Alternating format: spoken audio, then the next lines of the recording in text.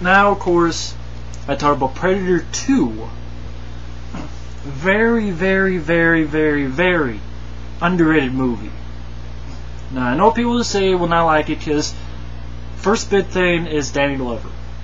Now, of course, for people who don't even know, well, everybody pretty much knows, but I'm going to do it anyway. It takes place in the future, which is 1997 or somewhere around there, which I know. But they do that a lot sometimes. This was like 1990 when it came out, which Arnold was doing fucking Terminator 2. So, for you crybabies out there, which would you rather them do? Predator 2 or Terminator 2? Honestly, for me, Predator 2, because... And I'll be fucking forthright. I would rather watch Predator 2 than Terminator 2. I like Terminator 2, but if I can pick on a shelf, I'd rather watch Predator 2. But stay with me. Don't leave yet. But, I mean, basically there's a bunch of gang violence in LA, and the Predator's watching, because, you know, it likes heat and conflict. Unlike AVP, which is in the fucking Antarctica. What do I know? Think about Antarctica. It's isolated, so there's no conflict, and there's no heat. But what do I know? But anyway, as the film starts, a lot of gang violence is overrun. Bid war. I mean, it starts with a bang. It's directed by Stephen Hopkins. The guy can have an uneven track record, but this film I enjoyed. He made Judgment Night, which I enjoyed. Now, Ghost in the Darkness, Nightmare on Elm Street Part 5, not really. But so like I said, it's uneven. He's made some bad ones, but he's made some good ones. This is his best film by far. I just don't really... I'll get to it this way.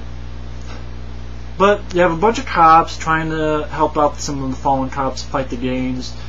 You have Maria Conchita Alonso, you have Ruben Blades, and of course you also have Danny Glover's character. I think also named Danny. And I'm sorry, I liked his character. I like Danny Glover. Most people don't like him because he's not Arnold. Yeah, obviously he's not Arnold. He's black and he's has less muscles. Arnold couldn't do it because he's doing T2.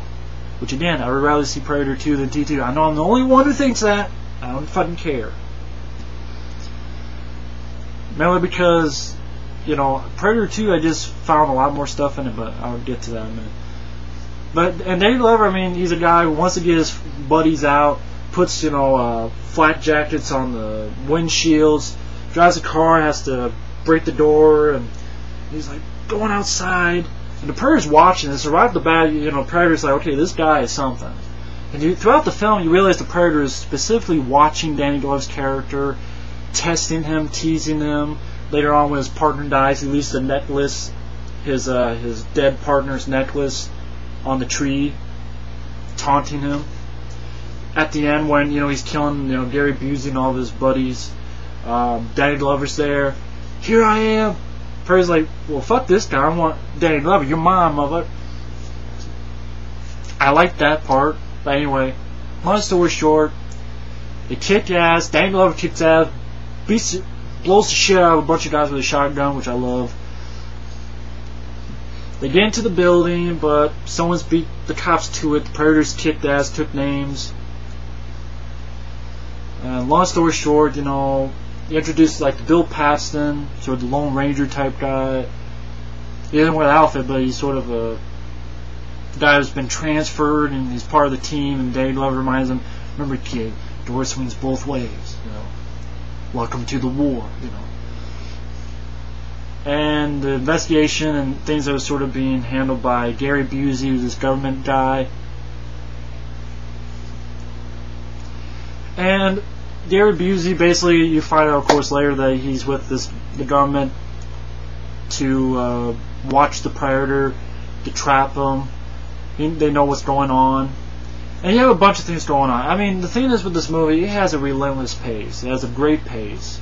This, you know, that cliche line, never a dull moment. This film, there really is a never a dull moment. It just keeps going. You have action scenes, and then you have colorful scenes between characters. You know, Maria Conchita Alonso grabbing Bill Paxton. You play that smooth cop shit, you kiss this goodbye. You know, something like that. That bitch on the rag or what? He said, not me. He said, send your emails to Bill Paxton. But the guy, I mean, how it just has a lot of colorful stuff, a lot of energy to it. This is a film that has a lot of energy. You have a great scene where Predator uses a lot of its new toys. That's another cool thing. They brought to Predator new toys where, fucking voodoo magic. You know, these voodoo guys, they cut this poor guy, you know, upside down, naked. Not only do you have to have him naked, you have to have him fucking upside down. Actually, I wanted it the other way around. Poor guy, you can't give the guy clothes, but basically stab him. Gets supposedly cut his heart out. You don't see that part. But what I mean by the new toys is like he has the net gun and it hits people and gets them right in. Predator has a spear and has shit shooting out of its arm. These little go right in your head. Again, the spear has the disc. As well as the late, I just liked all the new toys they gave the Predator. They were very cool, and they added to it. This, you know, and of course, you know, they find all the dead bodies, and that's what I mean. It just keeps going. I mean, and Danny Glover meets up with the King Willie, this voodoo guy. He's like, you know, someone's killing my men because by this time his partner's been killed, Ruben Blades. Someone's killing your men. Who's doing this? And after he leaves, Predator cuts poor King Willie's head off and cleans it, you know, for the skull. You have the scene. A lot of people complain about the subway scene because they can't see stuff, but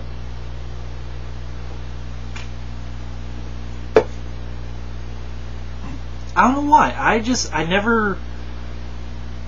was always fine with me. Some people can't tell what's going on, or they, oh, it's a bad action scene, but I could tell what was going on. I don't know if it's because I've seen it so many times or what, but I could always tell what was going on. You know, Predator's throwing a guy out of the subway, and he's just dragging outside the subway. You know, his head, and you see the camera go. Bill Paxton making his last stand and trying to help out. And I always remember, ever since I was a kid, it starts when Danny Glover is at the subway, and it's like the last 30 minutes of the movie or so. Maybe 40 minutes, I'm not sure. Danny Glover's at the subway. Predator, with his code of ethics, doesn't kill Mary Conchita Alonso because she's pregnant. And he finds out. He's at the subway, and he sees a drop of blood, which is weird because he's the only cop who realizes this drop of blood. I always find that funny. Like there's like 50 cops, and he's the only one who knows there's a drop of blood that goes right, like fucking. But it's the movie, and Danny Glover's the best, so that's how. But when that starts, this film just goes for me. It's like, boom, from here to the end. I am in. I like Danny Glover, and I like his performance. You know, come on, you're cutting my dick off and shoving it up my ass. You know, I love the lines he says like that. I thought he had a good intensity to it. Some funny lines like that.